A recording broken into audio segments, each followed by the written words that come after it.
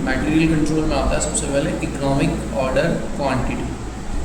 Economic order quantity का मतलब है एक टाइम में आपको कितना क्वांटिटी का ऑर्डर देना पड़ेगा जिससे कॉस्ट कम से कम आए। इकोनॉमिक ऑर्डर क्वांटिटी को हम रिप्रेजेंट करते हैं EOQ से। EOQ निकलता है हमारा 2 × A × O upon C। A का मतलब होता है यहाँ पर एनुअल रिक्वायरमेंट।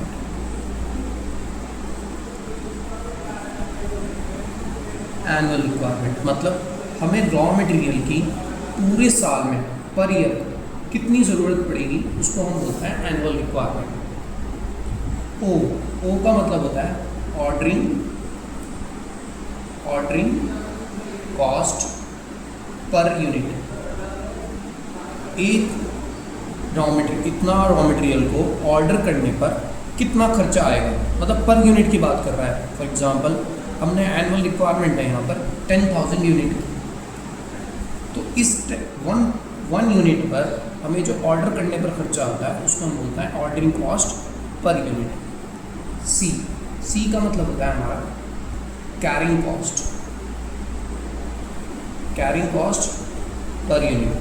मतलब इसको अगर हम रॉ मटेरियल को मंगाएंगे तो कहाँ पर रखेंगे, वेयर हाउस में, और वेयर हाउस पर स्टोर करने पर जो खर्चा आ रहा है उसको हम क्या बोलते हैं, कैरिंग कॉस्ट पर यूनिट। तो जब हम इस तरीके से निकालेंगे, जैसे फॉर एग्जांपल हमें रॉ मटेरियल ऑर्डर करना है 10,000 यूनिट का पर ईयर। जब हम एक यूनिट्स ऑर्डर करते हैं तो उस पर जो खर्चा आ रहा है उसका नाम आपने क्या दिया, ऑर्डरिंग कॉस्ट पर यूनिट। उसने बोला 2 रुपये लगते हैं पर यूनिट पर, उसको स्टोर करके रखते हैं।